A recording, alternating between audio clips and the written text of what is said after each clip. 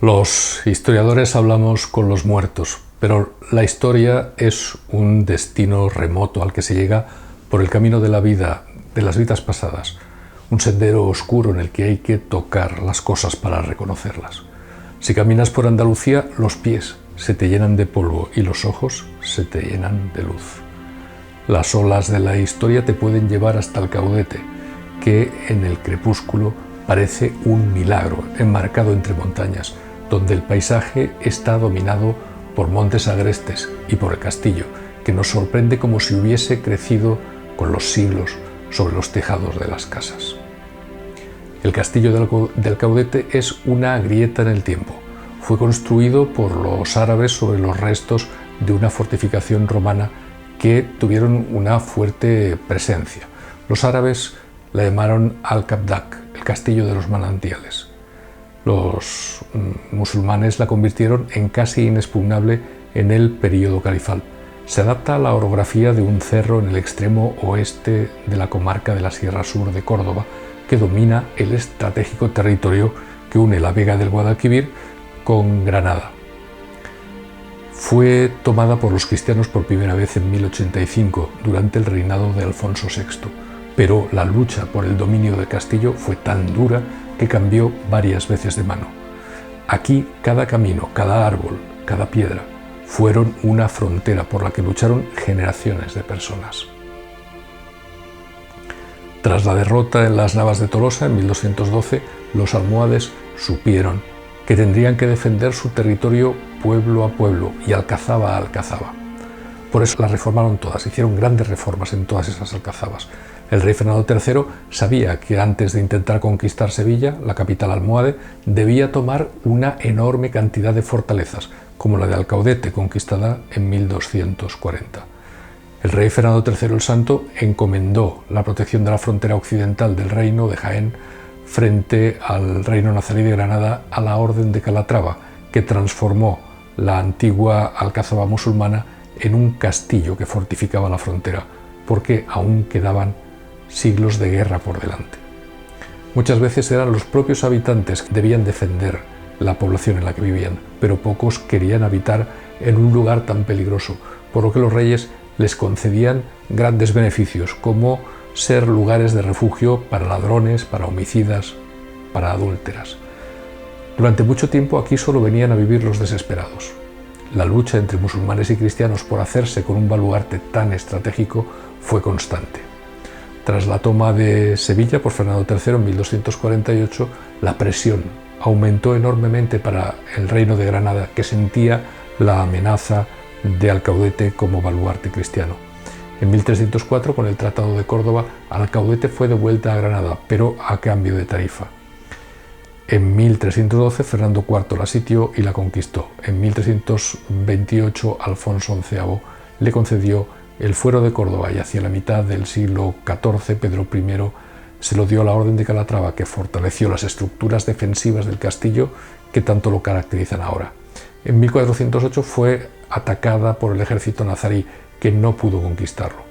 La Orden de Calatrava reforzó las defensas del castillo, redondeando las esquinas de algunas torres para amortiguar los efectos de la artillería que ya se comenzaba a utilizar. Son torres macizas en la parte baja y están cubiertas por bóveda en la parte superior con saeteras para la defensa. Para resistir largos asedios, el recinto cuenta con 3 aljibes. Por los caminos de ronda se llegaba rápidamente a cualquier punto de la muralla y a las 6 torres que lo defendían. La torre del homenaje está situada en el centro del castillo, en el punto más alto de ese conjunto defensivo. Tiene muros enormes, de hasta 3 metros de grosor, que soportan fácilmente los 22 metros de altura y los 3 pisos que tiene esa torre. La planta baja se destinó a almacén y se accedía a ella mediante una abertura en la bóveda de cañón que la cubre. Contenía grandes tinajas para recoger y almacenar el agua de la lluvia que se filtraba por su bóveda y se canalizaba, se conducía a través de un conducto de cerámica. El segundo piso está iluminado por aspilleras laterales y allí también está la puerta de entrada, a la que se accedía mediante una estructura móvil de madera. A través de una escalera de ladrillo sobre 3 arcos de medio punto, que posteriormente se sustituyó por una escalera de caracol, se accedía a la tercera planta, que era el lugar donde se hallaba la vivienda del comendador, con 4 magníficas ventanas miradores con arcos de herradura divididos. Estaba cubierta con una bóveda de cañón de ladrillo, igual que el suelo. Desde aquí se podía subir a la terraza a través de una escalera de ladrillo soportada sobre arcos de medio punto. Tras la toma de Granada y tras el fin de los conflictos armados, la paz trajo el comercio y la prosperidad por la agricultura y la ganadería, y también por ser el paso obligado en el camino entre el reino de Granada y Castilla. La fortaleza perdió entonces su función militar para convertirse en una residencia palaciega, señorial. A finales del siglo XIV, instalada la dinastía de los Trastámara, la villa pasó a manos de un particular como señorío. Se ha hecho un magnífico trabajo de reconstrucción en el castillo, pero lo que más me ha sorprendido ha sido el trabajo de recreación histórica con personajes de alta calidad.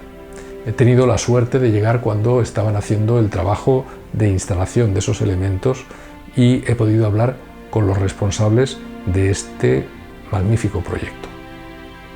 Este proyecto tiene una serie de características especiales que lo hacen diferente de cualquier otro.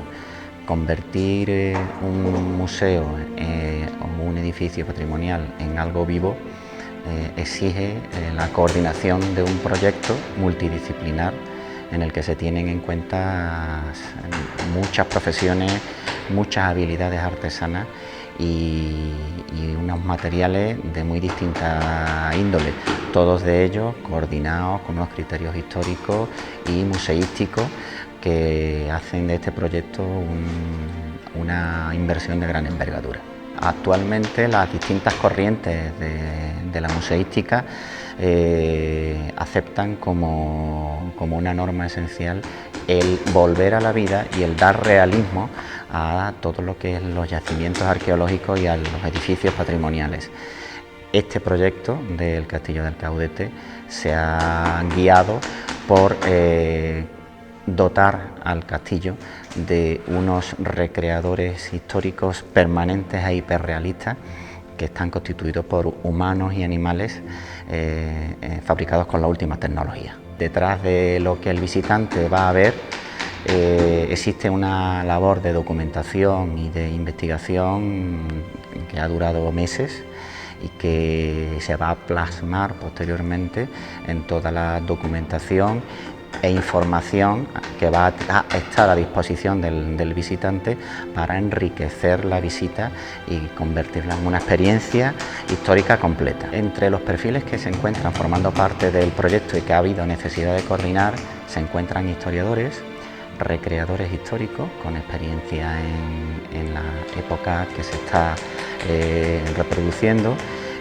expertos en herrería y forja artesanal que han elaborado materiales que van a estar en la exposición y que se concretan hasta en los últimos clavos, y expertos en carpintería histórica y también los técnicos en las últimas tecnologías de humanos artificiales, basados en efectos especiales de calidad cinematográfica, pasando por supuesto pues todo lo que es la confección y el tejido de las vestimentas históricas que visten las figuras. Los castillos generalmente, tal y como se encuentran en su estado original, están bastante vacíos, están bastante fríos porque han perdido toda la vida que rodeaba a la piedra y por tanto lo que va a conseguir devolverles a la vida y que el visitante se sienta que está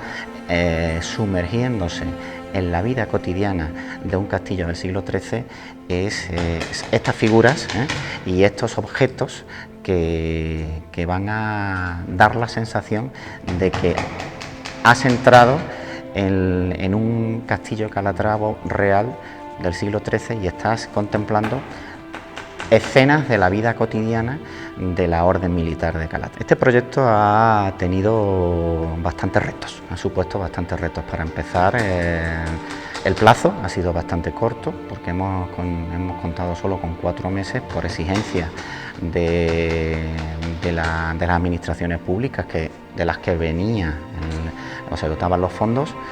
Luego hemos tenido también el verano de por medio.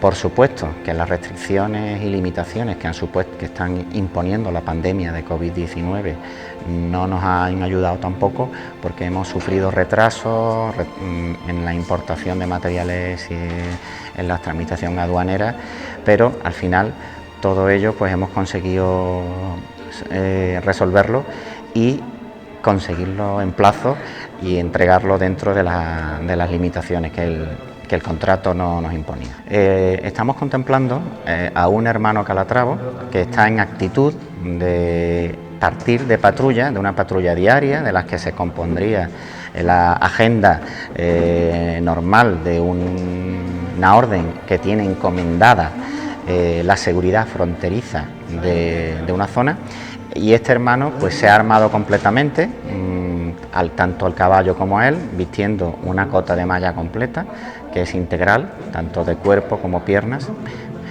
como cabeza.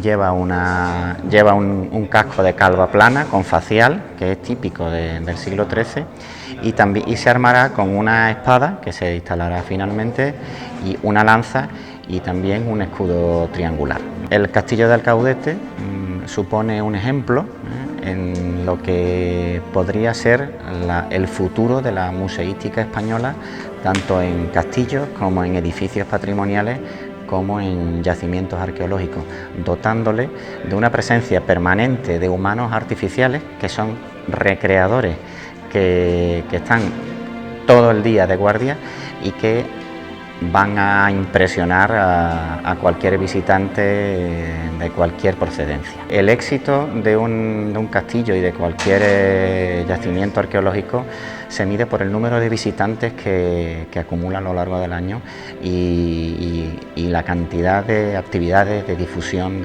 histórica que hacen.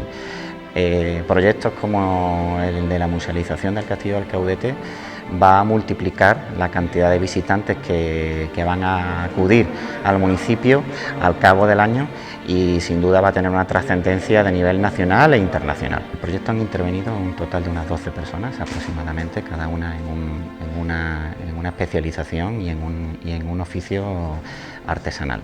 Se ha creado empleo gracias a este proyecto, y creemos que es una actividad que puede tener continuidad futura.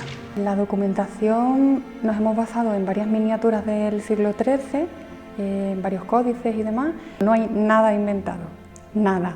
Ha habido dos cosas que han sido las más complicadas. La primera, combinar un tejido que tenga la apariencia y la trama de la época, pero que tenga una durabilidad suficiente como para este proyecto.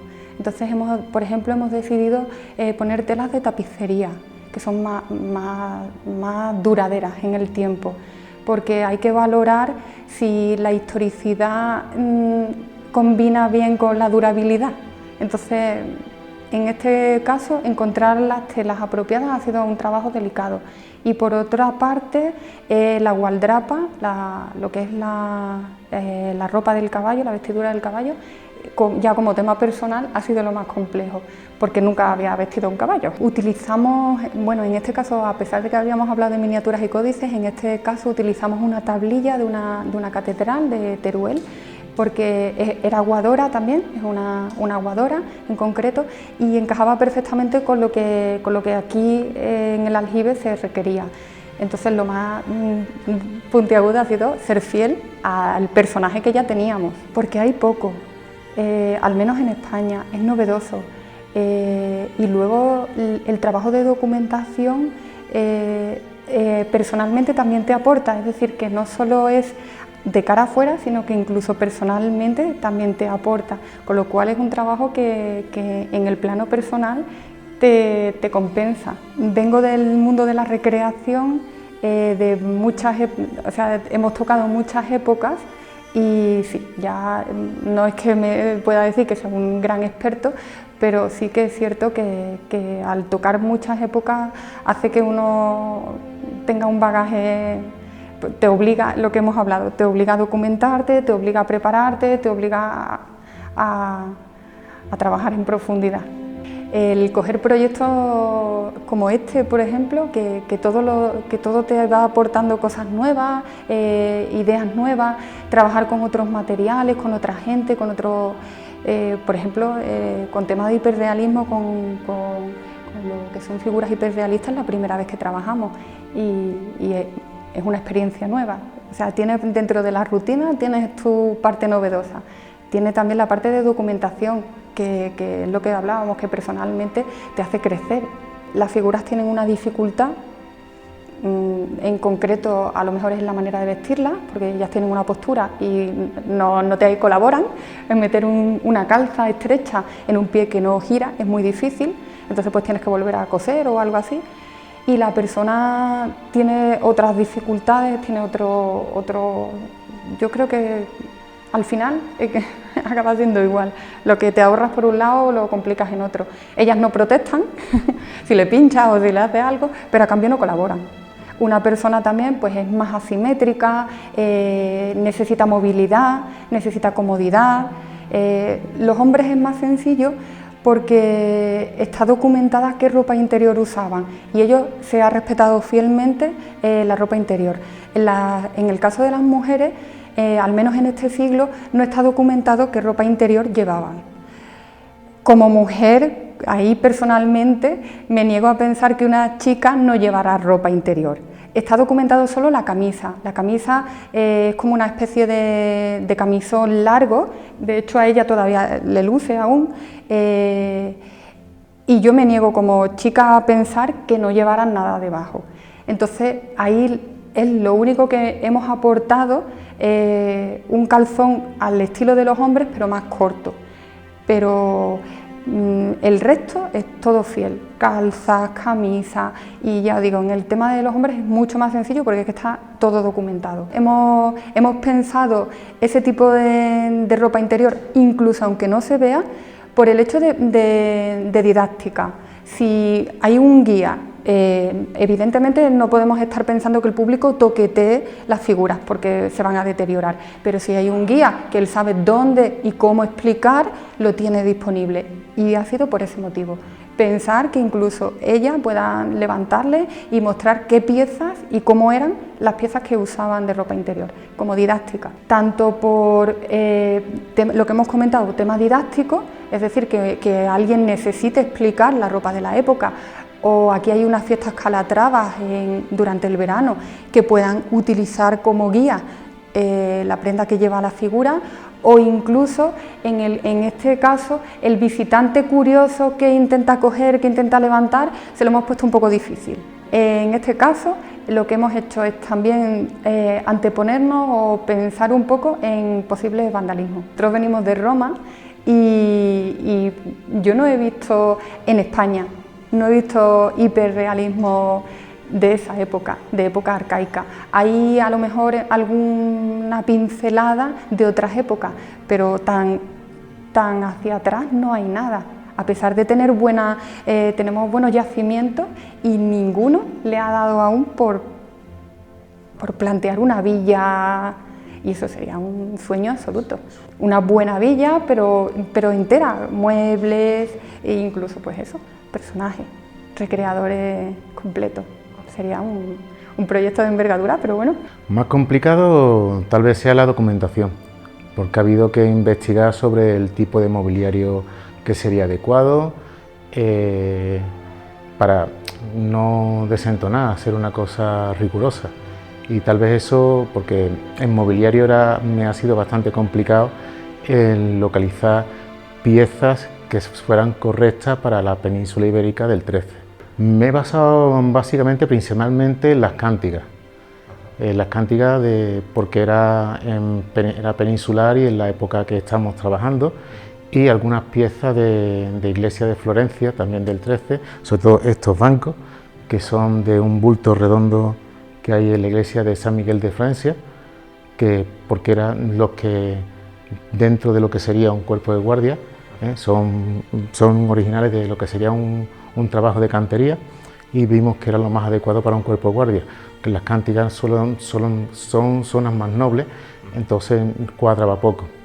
Y la mesa pues ha sido una mesa de caballete típica de las cánticas sin los adornos de las patas. Se han buscado desde que el tratamiento de las mesas, los tintes y las ceras fueran lo más correctos para la época, huyendo de tintes más industriales, incluso los clavos y todas las piezas de forja se han hecho en forja para no comprar nada industrial, que desentonaría todo el trabajo que se ha hecho, porque hemos tratado de hacerlo una aproximación lo más fiel a lo que sería el siglo XIII peninsular. Hemos huido de inventar cualquier cosa, aunque nos costase más trabajo para conseguir la información necesaria para hacerlo. O sea, hemos buscado unas maderas claras, tipo cerezo, y sobre esas pues hemos podido tintar. En el cuerpo guardia hemos tratado un trabajo más oscuro, dado que la iluminación sería en ceras de sebo que ennegrecerían todo.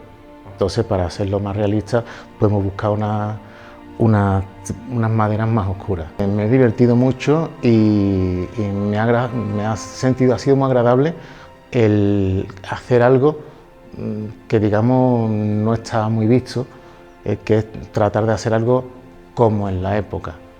El querer tratar de recuperar un poco la vida aquí en el entorno, para que el visitante vea cómo sería la realidad de la época, huyendo de fantasías y lo que nos machacan las películas, que claro, tienen otro objetivo de entretenimiento, no hay tanto de buscar la realidad histórica. Cuando el visitante venga, que venga con la mente abierta, huyendo de lo que son los prejuicios iconográficos que tenemos actualmente, y vean realmente una aproximación real a la historia, que no era tan oscura como solemos ver. La creación hiperrealista tanto del caballo de batalla como de los humanos, es decir, lo que serían ya técnicas de realizar seres vivos. En España no está para nada popularizado, este tipo de figuras se utiliza principalmente para efectos especiales en películas.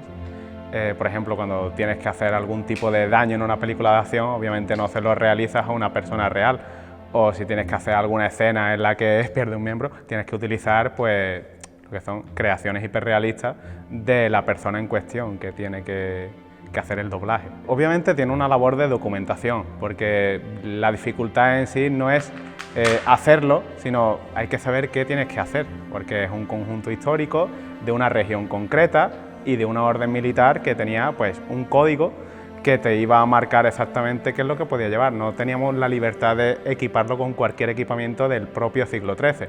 Así que tenemos una labor previa muy amplia, mucho tiempo, buscar en diferentes museos de la península ibérica ejemplos, y a partir de ahí, teniendo la experiencia obviamente de otros trabajos, pues aplicando esas técnicas se consigue el resultado. Pero digamos que la dificultad es antes de comenzar.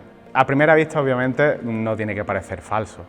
Tiene tanto el caballo como el jinete pues, los mejores materiales disponibles. Por ejemplo, los ojos, pues el mejor fabricante de ojos para humanos, porque la naturalidad de una mirada pues ya es un punto de partida importante.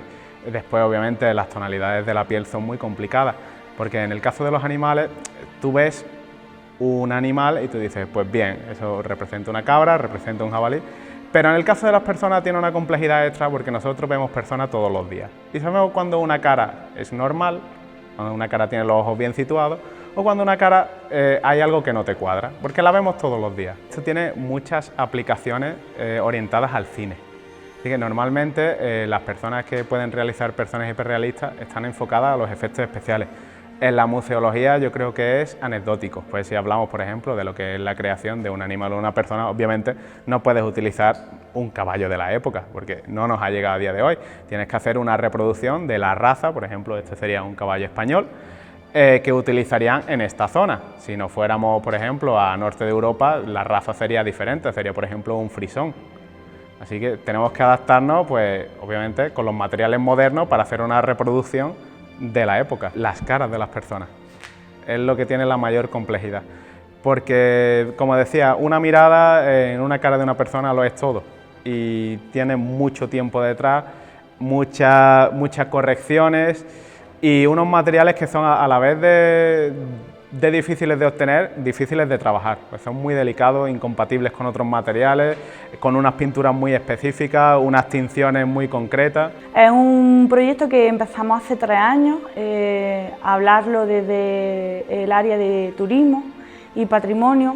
La intención era dotar de vida el castillo, porque el castillo se restaura magníficamente, pero las estancias no eran vívidas, no eran una estancia en que, aunque la imaginación es larga y amplia, pero queríamos que fuese una cosa explícita, es decir, estoy viendo lo que se hacía en esa estancia. Entonces ya fue un proyecto que generó una expectación año tras año, después de las dificultades que había, que eran no pocas, y se ha convertido en un proyecto, como digo, personal. Por lo tanto, por ejemplo, ayer, pues con todo el trabajo que tuvimos, yo me emocioné de verlo, porque lo ves realidad, después de tanto tiempo, lo estás viendo hecho una realidad. Y me interesa mucho porque creo que va a ser un punto de inflexión en cuanto a la musealización de nuestro castillo y en cuanto a la forma de ver. Necesitas muchos conocimientos para poder musealizar las cosas en consecuencia, y que en lugar de ser una musealización histórica, se te convierta en una musealización de poner cosas sin ton ni son en las estancias. Eso supone mucho tiempo de estudio previo para que las cosas que hagas, las hagas con un fin y un objetivo que fuese propio de la estancia que estás musealizando. Eso por un lado. No todo el mundo tiene acceso a ese tiempo, porque supone mucho, y no todo el mundo le interesa tampoco invertir en ese tipo de cosas. Para poder musealizar el castillo, nosotros desde la concejalía tuvimos que visitar muchos castillos con anterioridad para saber exactamente cómo lo hacían en otros sitios.